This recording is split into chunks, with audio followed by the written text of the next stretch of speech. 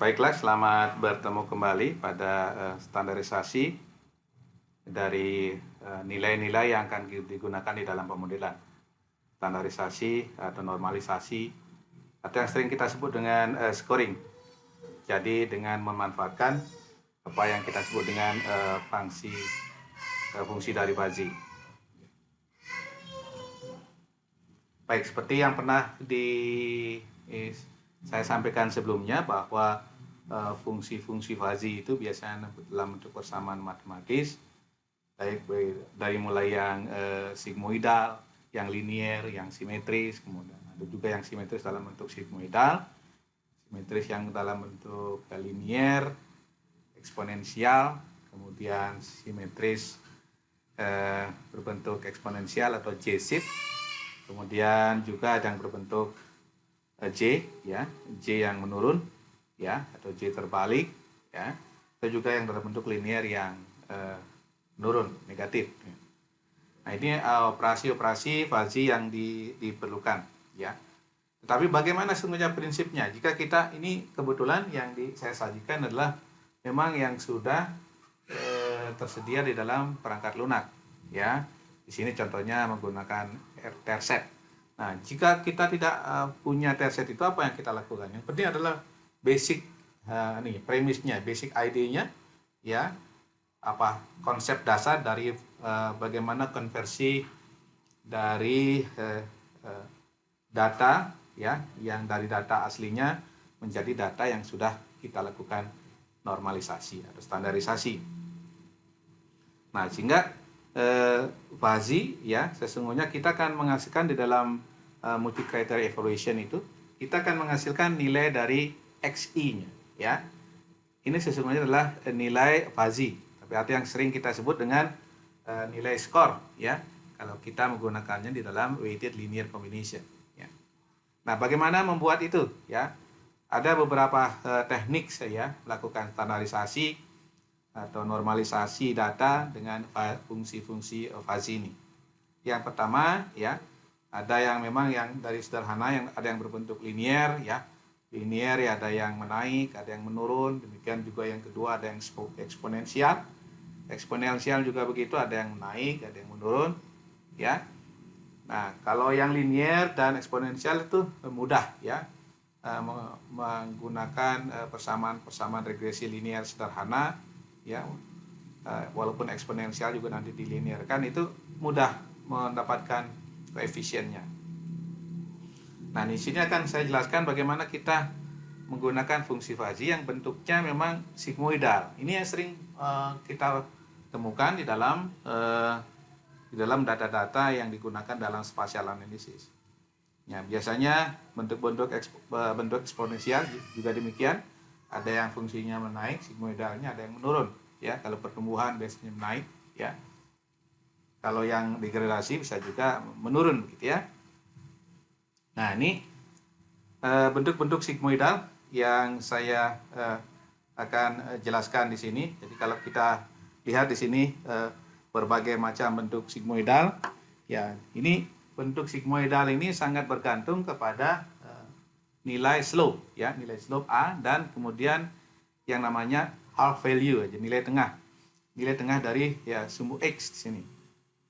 Jadi kalau saya ganti ini buat animasi di sini, misalnya saya animasikan di sini, saya rubah nilai slope dan slope-nya terutama, ya, maka kita akan mendapatkan berbagai macam bentuk seperti ini.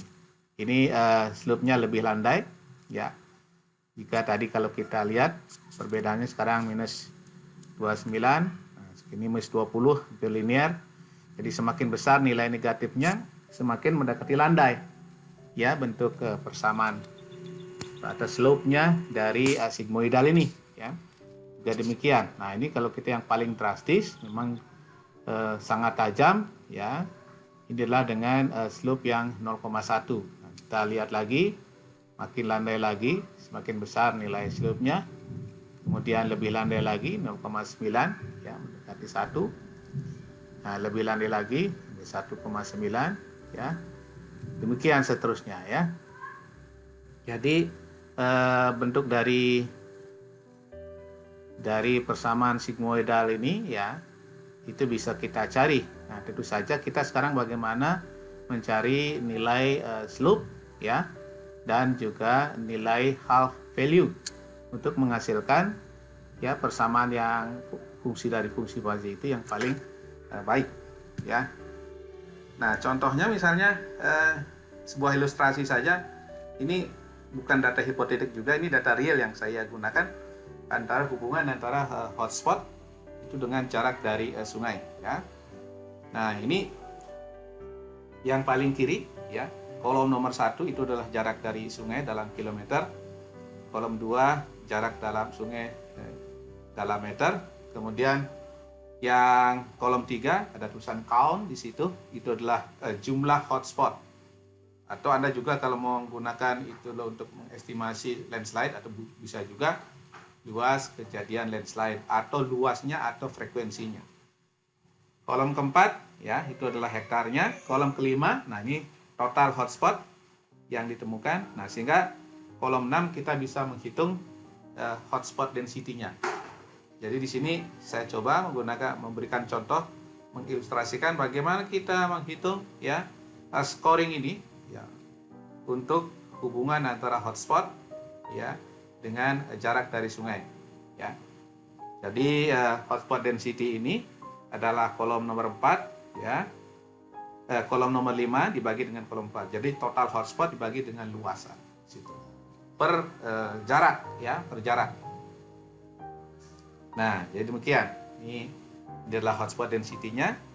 Nah, jadi tentu saja di dalam kita melakukan konversi ini ya, kita supaya datanya standar, supaya range-nya sama besar ya. Jadi misalnya yang paling mudah adalah kita buat aja range dari 0 sampai dengan 1. Jadi kita bisa menggunakan formula stretching yang sederhana. Jadi nilai yang hasil stretching, hasil pentangan ya, itu adalah nilai aslinya dikurangi minimumnya dibagi dengan max dan dikurangi minimumnya ya. Ini rumus sederhana. Jadi misalnya kalau kita menggunakan rumus ini ya, maka nanti hasilnya pasti minimumnya adalah 0, maksimumnya adalah 1 ya. Tapi kalau Anda juga bisa menggunakan nanti di dalam multi kriteria analisis ini, scoringnya itu tidak mesti 0 sampai 1, tapi bisa juga nanti 1 sampai 9 ya, 10 sampai 100 misalnya, whatever ya, itu mudah. Yang penting kita buat standar saja dulu ya, misalnya dari mulai 0 sampai dengan 1 ya. Nah, ini kalau kita hitungkan sini ya, saya hitungkan di sini. Nah, hasil straight-nya demikian ya.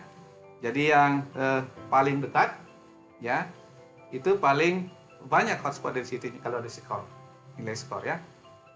Nah, sekarang kalau ini ya, kemudian kita gambarkan ya, kita gambarkan di dalam scatter diagram ya, seperti apa hasilnya. Nah, mari kita lihat di sini. Kalau kita lihat di sini, nah ternyata kalau yang di sebelah kiri kita lihat bentuknya, bentuk aslinya ya, dari dari kepadatan hotspotnya mulai dari kisaran antara 0,1 sampai dengan 0,2 ya. Nah, kalau setelah kita stretch menjadi nilai, misalnya kita stretch dari menjadi 0, antara 0 dengan 1 yang sebelah kanan, maka inilah ya, sebelah kanan ini dengan kurva dengan garis merah ini jelas sekali memperlihatkan bahwa sesungguhnya kalau kita membangun skor ya, itu sangat bergantung kepada perilaku dari data itu sendiri terhadap ubah yang kita kaji ya. Nah, dari sini kita membuat rentang yang sebelah kanan ini, rentangnya stretchingnya ya menjadi antara 0 dan 1. Jadi gunakan tabel yang sebelumnya kita buat ya. Ini berdasarkan tabel yang paling kolom nomor 7 ini ya. Kita mendapatkan setelah stretching adalah gambar yang kanan ini yang garis merah. Nah, sekarang bagaimana kita mendapatkan fungsinya gitu ya, supaya kita bisa menjadikan sesuatu yang standar ya. Kalau ini kan data pengamatan, agar nanti proses ini bisa metode ini bisa kita duplikasikan ke lain waktu atau lain tempat, gitu ya, maka ini kita membuat persamaan mestinya. Nah, bagaimana kita membuat persamaan? Itulah tujuan dari kuliah pada sesi ini, ya. Nah, bagaimana bentuk fungsi sigmoidal, ya? Misalnya yang tadi yang sifatnya monotonically menurun, yang terbaik. Nah, kalau yang namanya terbaik tentu saja yang errornya, ya, jadi simpangan atau kesalahan baku nilai tengahnya yang paling kecil, ya. Jadi coba kita lihat. Jadi kalau tadi sudah saya perlihatkan di awal bahwa nilai slope yang mendekati 1 itu hampir, ya, kira-kira sama dengan sudutnya 45 derajat, ya. Semakin besar, ya, nilai negatifnya maka semakin landai, ya. Nah, tadi sudah saya jelaskan. Nah, kita bisa menurunkan dengan pendekatan rumus ini, rumus dari sigmoidal, ya. Ini rumusnya dari Boltzmann yang saya gunakan, ya. Jadi nilai dari outputnya, Y-nya itu adalah 1 dibagi dengan 1 plus E, ya, atau dalam bahasa programnya kita sebut dengan EXP. Jadi E pangkat, ya, pangkat dari C kurang X dibagi dengan minus A. Nah, minus A ini adalah slope-nya, ya. C itu adalah half value-nya, ya, di dalam fungsi sigmoidal. Nah, jadi kita di mana di sini half value-nya, gitu, ya. Bisa kita lihat di sini. Jadi kalau di kurva yang merah ini, jadi kira-kira antara nilai jarak antara jarak 7 dan 8 kilo ini, itulah kira-kira nilai tengah dari C ini, half value-nya. Nah, slope-nya ya mendekat. Nanti kita hitung bagaimana posisi yang paling akurat, ya, dengan melakukan pengukuran berdasarkan kesalahan error dari nilai tengah yang paling kecil. Nah, kira-kira half value dari C ini, ya tadi seperti yang saya jelaskan tadi, ya, nilainya kira-kira antara 7 dan 8 km, ya. Jadi yang ada pada sumbu X ini. Jadi kisaran 1 sampai 15. Nah, itu yang nanti akan kita melakukan iterasi supaya kita mendapatkan nilai SE, ya, dari nilai tengah yang terkecil. Nah, bentuk bazi, ya. Kalau bentuk bazi, misalnya ini salah satu bentuk bazi, ya. Salah satu bentuk bazi dengan half value-nya adalah 7,6, kemudian slope-nya adalah minus 0,9, ya. Kalau misalnya nanti slope-nya positif, tentu saja akan berbeda, ya. Nah, kalau di situ kita lihat, ya, nilai tengahnya 78, ya. Jadi kita akan mencari bentuk fungsi sigmoidal, ya, dengan nilai tengah antara 7 dan 8, ya, dengan bentuk yang menurun, ya, sigmoidalnya. Ya, ini sekedar perbandingan saja yang sebelah kanan, ya. Kalau kita slope-nya positif jadi seperti ini hasilnya, ya. Nah, selanjutnya, ya, kita tinggal apa? Tinggal membuat persamaannya saja, ya. Jadi membuat persamaan. Jadi kalau kita misalnya masukkan, ya, masukkan angka di C-nya adalah 7,5, ya. Kemudian di nilai dari slope-nya adalah minus 1, ya. Maka dengan minus 1 ini dan 7,5 ini kita menggunakan coba-coba, ya. Itu ternyata, ya, standar error, ya, nilai tengahnya ini kira-kira 32%. Jadi artinya penyimpangannya 32%. Ya. Gimana kita mendapatkan yang terbaik? Ya, nah, ini bisa kita menggunakan data yang kita miliki. Jadi kita gunakan data jarak, kemudian jarak itu yang paling kiri, ya, jarak dari sungai yang paling kiri, X-nya itu. Kemudian kolom kedua adalah hotspot density. Kemudian kita juga menggunakan hasil stretching-nya. Nah, kemudian kita tambahkan fungsi fitting-nya, ya, yaitu yang dalam kolom yang saya sebut dengan Boltzmann, ya. Itu karena saya menggunakan rumus itu, ya. Nilai yang warnanya merah ini itu adalah menggunakan fungsi Boltzmann. Jadi dengan memasukkan angka-angka koefisien dan half value, kemudian kita masukkan nilai X-nya, ya, maka kita akan mendapatkan, ya, nilai dari hasil prediksi Boltzmann. Kemudian hasil prediksi ini jika dibandingkan dengan hasil prediksi atau fit ini dibandingkan dengan nilai aslinya, karena hal ini hasil stretchingnya saya pakai, nah, maka kita buat di sini kolom yang paling kanan ini yaitu Y minus Y fit dipangkatkan 2 ya, kemudian dijumlahkan ke bawah. Nah itu kemudian nilai yang di bawah ini yang 0,06 ini itu kita akan minimalkan ya. Ini jadi sum square nya kita minimalkan sehingga kita akan mendapatkan SE ya yang paling kecil ya. Nah jadi kalau menggunakan persamaan yang kita uji coba ini ya, yang dengan nilai C 7,5 dan nilai slope-nya -1, maka kita akan mendapatkan ini ya. Jadi memang sudah mendekati ya, sudah mendekati antara nilai hasil dari pengamatan ya berdasarkan hotspot density yang sudah di stretching ya dengan nilai fungsi dari sigmoidal negatif ini. Nah, ini penyimpangan ini ya terdapat besaran sebesar 32% ya. Nah, tentu saja ini kan baru uji coba, baru coba-coba aja. Anda bisa aja nanti digeser-geser ya nilainya, bisa 0,9, bisa 1,5 gitu ya. Demikian. Nah, ternyata kemudian kalau kita misalnya pakai nilai ininya 8 ya, nilai half value-nya 8, slope-nya -2. Ya, ternyata ya SE jadi standar error nilai tengahnya 53%, lebih jelek ya. Nah, coba kalau Anda lihat memang banyak nyimpangnya ya. Slope-nya juga menyimpang ya dari half value ya, kemudian juga garisnya juga menyimpang gitu ya.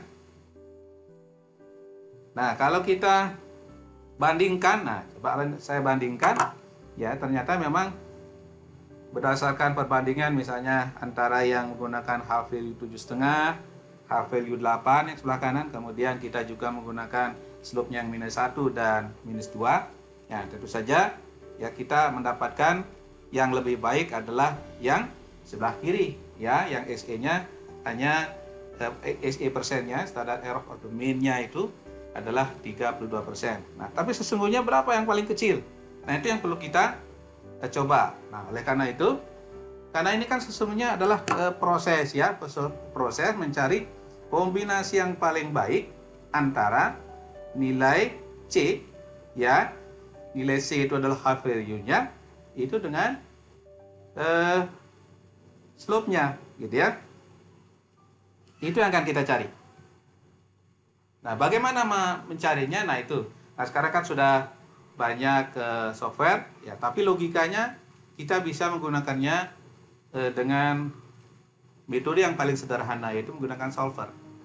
Jadi kalau kita memecahkannya dengan solver ya, itu sangat mudah, hanya satuannya hanya detik saja ya. Nah, jadi dengan solver ini kita tinggal masukkan aja dalam Microsoft Excel. Ini contohnya di Microsoft Excel itu ada yang namanya solver.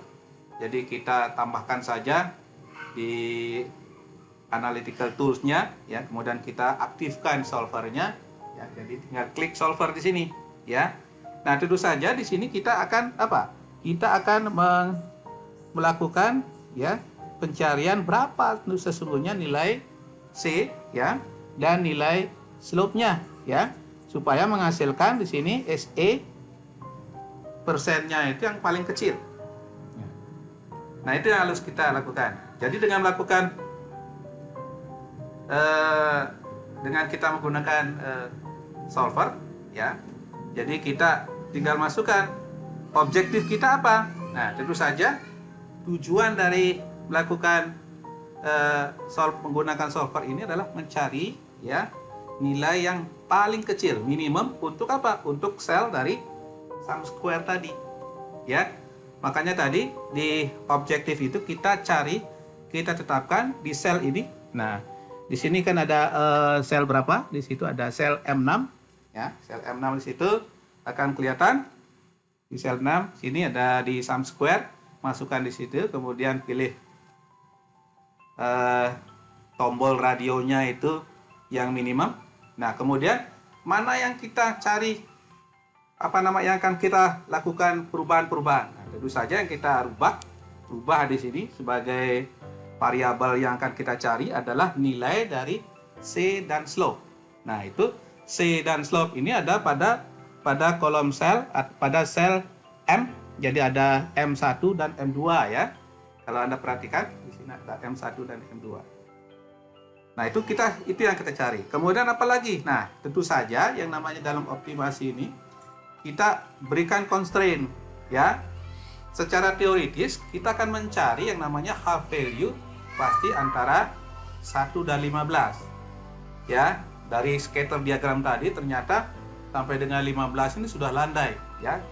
Dari jarak 1 kilo. Ya, kita persempit juga bisa. Tapi kita cari antara 1 sampai 15. Maka di sini kita tambahkan constraint sehingga sel dari value dari half value itu ya kita batasi antara lebih besar atau sama dengan 1 sampai dengan lebih kecil atau sama dengan 15. Ya. Nah, kemudian kita langsung running. Di sini menggunakan apa? Di sini tinggal pilih jadi kita menggunakan select the solving methodnya. Kita tinggal pilih ya. Nah, pilih yang standar. Di sini menggunakan non-linear ya. Jadi yang non-linear kita pilih, kemudian kita langsung solve ya. Maka dari situ kita akan mendapatkan langsung nilainya. Nah, jadi ternyata kalau kita kalau kita langsung running di sini ya, itu saja kita akan mendapatkan nilai ya yang di bawah ini ya, kita mendapatkan ini yang lama. Nah, nanti yang di atas ini adalah yang paling efisien ya. Ini maaf, ini kurvanya ya sedikit keliru gitu ya. Tapi anyway di sini kita mendapatkan 31%. Jadi lebih bagus dari yang di bawah. Nah, istilah optimasi. Jadi kita mendapatkan nilai half value-nya adalah 7,6 ya, dan slope-nya minus 0,9. Tadi kalau waktu dicoba kan kita menggunakan 1. Nah, itulah kalau kita menggunakan solver sangat cepat ya. Nah, tentu saja tahap selanjutnya adalah bagaimana kita mengkonversi gitu ya, mengkonversi hasil normalisasi itu menjadi sesuatu nilai skor yang kita harapkan. Nah, tapi bisa saja kalau supaya mudah Anda bisa tetap menggunakan antara 0 dan 1 ya. Nanti di akhir saja Anda transformasi sesuai dengan kelas-kelas yang Anda inginkan, atau Anda bisa melakukan transformasi di awal. Jadi misalnya jika Anda ingin menggunakan angka terendahnya adalah angka 1 ya, angka tertingginya adalah 9, maka Anda bisa menggunakan rumus konversi seperti ini. Jadi value barunya sama dengan value lama dikurang value minimum ya. Tentu saja ada kurungnya ya, situ ada kurungnya ya, dibagi dengan max dan minimum. Nah, jadi kalau Anda di situ memasukkan angka 9 ya, maka tentu saja 9 tambah 1 misalnya itu akan berarti nilai yang terkecilnya 1 ya, maksimumnya akan menjadi 10. Nah, supaya dapatnya 1 sampai 9 maka kalikan 8 aja. Dari 8 plus 1 ya. Tapi kalau Anda ingin nilainya adalah antara 9 misalnya antara 10 sampai dengan 100, bisa saja Anda kalikan 90 kemudian ditambah dengan 10. Kalau Anda tidak tambahkan dengan 10 ya, misalnya Anda kalikan 100 ya saja, maka hasilnya antara 0 dan sampai dengan 100 ya. Tapi kalau Anda di sini kalikan dengan 9 tanpa tambah 1, maka akan hasilnya adalah 0 sampai 9. Ya, jadi nih, jadi kalau Anda ini adalah menggunakan fungsi yang terpilih tadi. Jadi kalau Anda paling kiri adalah jarak sungai, kolom kedua adalah feet-nya dengan Boltzmann. Jadi kalau kita ingin mengkonversi menjadi 1 sampai 9, jadi nilai skor tertingginya adalah 9, maka jarak 1 kilo itu sama dengan skor 9. Ya. Jarak lebih dari 15 itu akan sama dengan 1. Ya. Nah, mengikuti tabel ini. Tapi jika Anda menggunakan maksimumnya adalah 5, minimumnya adalah 1, nah, bisa mendapatkan ya jarak 1 kilo sama dengan 5, jarak 15 up itu akan mendapatkan skor 1. Nah, itu metode bagaimana kita menggunakan pendekatan fungsi sigmoidal. Kebetulan ini datanya bagus, contoh yang bagus, data dari data aktual, bukan data hasil hipotetik, ya.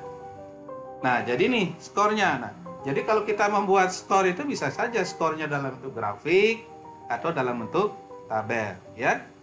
Ini nanti dalam proses buat pelaporan Anda bisa menggunakan grafik, tapi kalau Anda menggunakan langsung di software Anda bisa menggunakan tabel. Jadi kalau menggunakan ArcGIS nanti tinggal join table saja di situ. Jadi sesuai dengan standar yang ingin Anda gunakan, ya. Nah, contoh berikutnya misalnya bagaimana jika kita mendapatkan ya bentuknya yang justru simetris seperti contoh ini, ya. Di sini ini juga data-data yang aktual, ya, data observasi, bukan data hipotetik juga. Jadi hubungan antara kejadian hotspot yaitu dengan jarak dari pusat-pusat kota, jarak perkotaan. Ternyata bentuknya simetris, ya. Jadi setelah saya plotkan, misalnya di sini paling kiri itu adalah jarak di kota, kemudian ada hotspot density. Setelah kita lakukan stretching, ya, maka kita mendapatkan nilai sekian, ya. Ini ada 2 kali stretching saya gunakan, ada stretching menggunakan moving average, ada stretching langsung, ya. Supaya lebih smooth saya gunakan yang stretching 2, ya. Saya menggunakan moving average. Nah, contoh. Nah, kalau kita untuk memecahkan ini, nah, karena di sini simetris, maka tinggal kita pecahkan menjadi 2 persamaan yang berbeda. Jadi misalnya sini seperti kita lihat di dalam grafik ini, ya, jarak antara satu, ya, kurang lebih sampai 15 kilo ini ternyata adalah berbentuk sigmoidal yang menaik, ya. Ya, kalau kita lihat SA persennya yaitu mendapatkan kira-kira 30%. Oke, mendekati. Ya, sedangkan kalau kita lihat yang sebelah kanannya, ya. Yang sebelah kanannya kalau kita menggunakan sigmoidal memang besar sekali simpangannya, ya, seperti itu, ya. Anyway, terserah nanti pilihannya. Sebenarnya sebelah kanan itu bisa juga kita gunakan persamaan yang linier, yang menurun, atau menggunakan berbentuk J-shape, ya, menggunakan eksponensial. Nah, jadi untuk yang simetris ini kita bisa menggunakan pendekatan dengan 2 persamaan atau 2 fungsi Fuzzy, ya. Nah, coba kalau kita lihat misalnya di sini ini adalah total, ya, total dari jarak ke 1, ya, kepadatan hotspot dari jarak 1 sampai dengan 55 km, ya. Nah, ini adalah kalau kita buat fungsi Fuzzy-nya jarak 1 sampai 15 kilo, ya. Kemudian ini fungsi Fuzzy-nya lagi, ya, antara 15 sampai 55 gitu. Nah, ini bisa kita gabungkan demikian, ya. Sehingga nanti proses konversi dari ya. Jadi konversi dari jarak ke skor itu menggunakan 2 persamaan berbeda, ya. Nah, lebih gampangnya bisa juga langsung kita tabulasikan buat tabel sehingga tidak perlu mengkonversi dalam bentuk persamaan lagi, ya. Ya. Jadi otomatis dari dari persamaan yang 2 persamaan yang pojok kiri atas ini kita bisa langsung konversi menjadi skor. Nah, ini kebetulan di sini saya coba berikan ilustrasi. konversi skornya dari mulai angka 1 menjadi yang terendah sampai dengan akar yang sampai dengan yang tertinggi 9. Jadi di sini bisa kita lihat ya, yang di jarak kota dengan skor 19 ini ya, dari 1 itu skornya jarak 1 kilo adalah 1 skornya, kemudian menaik eksponensi secara sigmoidal, paling tinggi di jarak 15 dapat 9 ya. Kemudian jarak 16 menurun lagi nih ya, 8,9 dan seterusnya ya. Nah, seterusnya sampai dengan yang paling kanan sampai dengan 55 21 ya. Jadi lebih dari 55 itu sudah sama dengan 1 skornya ya. Ya. Jadi bentuk-bentuk fusi yang kita gunakan ya, atau kita akan uji, tentu saja harus disesuaikan dengan diagram pencarnya. Nah, bagaimana dengan ini hanya bisa ya, untuk fungsi-fungsi fasi seperti ini hanya bisa pada data-data yang berbentuk rasio ya. Rasio atau dalam bentuk interval masih bisa kita buat ya trennya dengan fungsi fasi ini. Tapi bagaimana dengan data yang tipenya adalah tipe data ordinal atau data nominal atau teks. Maka ini bisa menggunakan pendekatan ahli gitu ya, menggunakan expert judgment ya, atau menggunakan pendekatan density per kelas nominalnya atau per kelas ordinal ya. Jadi mestinya kelas nominal atau kelas ordinal ya, Nah, bagaimana? Nah, ini ilustrasi, saya berikan ilustrasi. Misalnya antara gambut atau pit dengan non pit ya. Tentu saja ini kan data nominal ya, data teks. Maka supaya berdasarkan exports kita ya, kita yang karena pit itu bisa dikatakan sumber bahan bakar yang sangat titik bakarnya sangat, kalau kering ya, menjadi bahan bakar yang sangat mudah terbakar ya, maka itu kita berikan aja skor yang paling tinggi. Jadi kita menggunakan skor yang paling maksimum 3x2 misalnya, maksudnya 2 kelas di sini, pitnya kita berikan angka 9 ya, skor maksimum, sedangkan yang non pitnya bisa kita berikan angka 1 yang paling kecil ya. Atau dalam persamaan bisa juga kita gunakan sebagai dummy variabel. Nah, ini kalau 2, tapi bagaimana kalau misalnya kelasnya lebih dari 2? Ya, misalnya ini contoh ini land cover kan juga nominal. Nah, di sini kita misalnya berdasarkan data kita per kelas data sampel kita, jadi kita mendapatkan per kelas tutupan lahannya, kita misalnya dapatkan di Serap itu hotspot density per kilometernya 0,3. Itu paling tinggi ternyata ya, semak belukar ya, karena mungkin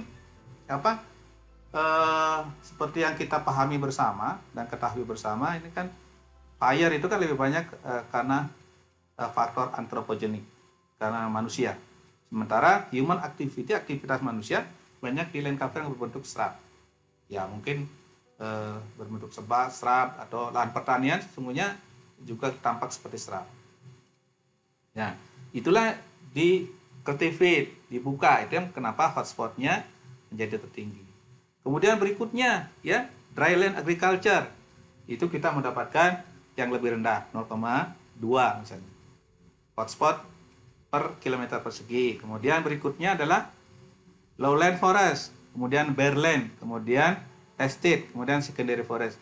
Jadi berdasarkan angka-angka ini ya, kita bisa saja memberikan skor secara secara expose kita. Jadi misalnya yang paling tinggi untuk serat kita berikan skornya 9, kemudian dryland kita berikan skor 7 ya. Kemudian kita berikan lagi ya, lowland kita berikan 5, bareland kita berikan 3, estate ya kita berikan 2, dan paling kecil adalah land forest. Ternyata bareland kenapa paling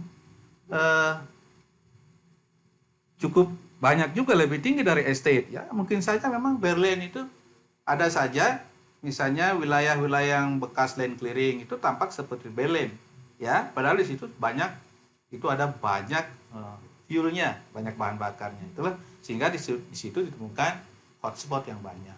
Ya, bisa juga karena illegal logging, ya, atau karena izin pembukaan, ya, dalam persiapan lahan itu kan tampak sudah barren. Padahal waktu di capture, ya, waktu di capture oleh satelit atau didelineasi, ya, oleh interpreter atau klasifikasi, itu teridentifikasi sebagai lahan kosong atau lahan terbuka. Sementara di lain pihak itu banyak bahan bakarnya. Ya. Oke. Jadi saya kira demikian, ya, penjelasan bagaimana kita mengembangkan, ya, skor atau melakukan standarisasi. Jadi kalau yang nanti berbentuk lagi data-data yang berbentuk rasio, kita bisa menggunakan pendekatan fungsi-fungsi fuzzy, menggunakan persamaan matematis, baik yang berbentuk linear, eksponensial, ya, logaritmik, yang tidak sebutkan saya tadi, atau yang paling sering kita temukan adalah sigmoidal. Nah, sigmoidalnya tadi seperti sudah saya ilustrasikan, bisa yang memang simetris bentuknya, ya. Dan kemudian yang berbentuk ordinal dan berbentuk nominal atau teks, itu bisa menggunakan pendekatan expert judgment, yaitu berdasarkan kepakaran, atau menggunakan pendekatan observasi, ya. Saya kira demikian. Mudah-mudahan apa yang kita sampaikan bermanfaat bagi alam semesta.